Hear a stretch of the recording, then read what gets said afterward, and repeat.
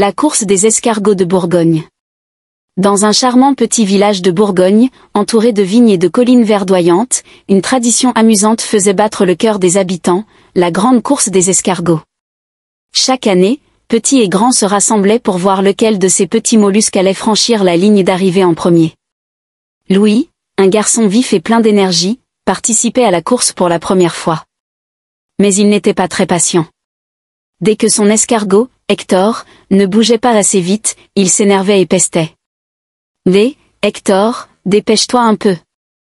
Si tu continues comme ça, on va perdre. » Malgré les encouragements bruyants de Louis, Hector continuait d'avancer à son propre rythme, lent mais constant. La veille de la course, Louis passa des heures à observer Hector. Il remarqua que son escargot prenait toujours le temps de bien se poser avant de reprendre son chemin. Intrigué, il demanda à son grand-père. « Pourquoi Hector ne va-t-il pas plus vite ?» Le grand-père sourit et répondit. « Louis, un escargot ne court pas, il avance doucement mais sûrement. La patience et la persévérance, voilà les clés du succès. » Louis ne comprenait pas vraiment, mais il décida de faire confiance à son grand-père et d'encourager Hector, quoi qu'il arrive.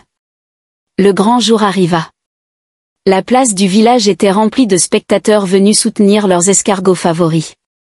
Le départ fut donné, et tous les escargots commencèrent à avancer, à leur rythme.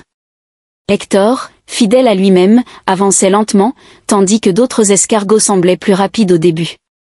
Louis, les poings serrés, regardait son escargot avec inquiétude. Soudain, l'un des escargots rapides heurta un petit caillou et se retourna. Un autre s'arrêta, distrait par une feuille de salade. Pendant ce temps, Hector, calme et déterminé, continuait son chemin, un pas après l'autre.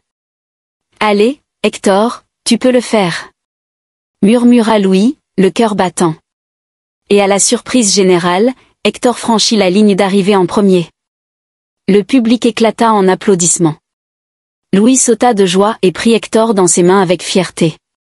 Ce jour-là, Louis comprit enfin la leçon de son grand-père. Ce n'est pas toujours le plus rapide qui gagne, mais celui qui persévère et ne perd jamais de vue son objectif.